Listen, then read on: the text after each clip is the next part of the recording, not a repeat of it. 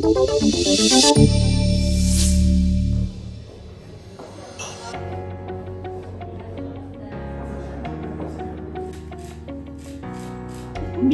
პროექტი ჩემთვის იყო ძალიან მნიშვნელოვანი, იმიტომ რომ ვისწავლე ძალიან კარგი თულები fact-checking-ისთვის. ვისწავლე თორიმე ფაქტობრივად ტაიმლაინების ეწყობა, ამასთანავე ფაქტების გადამოწყებისთვის ძალიან მნიშვნელოვანი საიტები და სტრატეგიები. We learn to discover different types of disinformation, media manipulation, social media monitoring, and so on.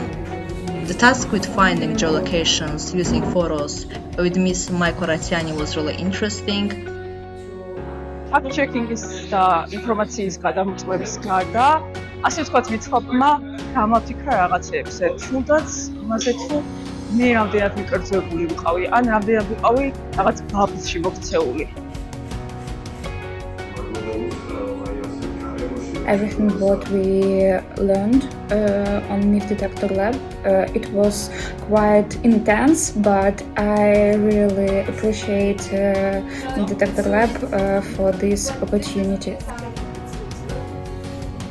I think that disinformation and misinformation are one of the main challenges in today's life, and that's why these tools and these kind of projects are really important. ეს გამოცდილება, რაც მივიღეთ, მნიშვნელოვანია იმ კუთხით, რომ ზოგადად სხვა ადამიანებსაც რო გაუზიარო, ვინც არ იცის დეზინფორმაცია როგორ ვრცელდება და როგორ ებრძოლო, პირადად ჩემთვისაც რაღაც ფოტოები, რომელიც მხვდება, რომელიცაც ეჭვით უყურებ, რომ არ არის მაგალითად ნამდვილი ადამიანის გადამოწმების ხელსაწყოები მაქვს და შემიძლია გამოვიგვიო.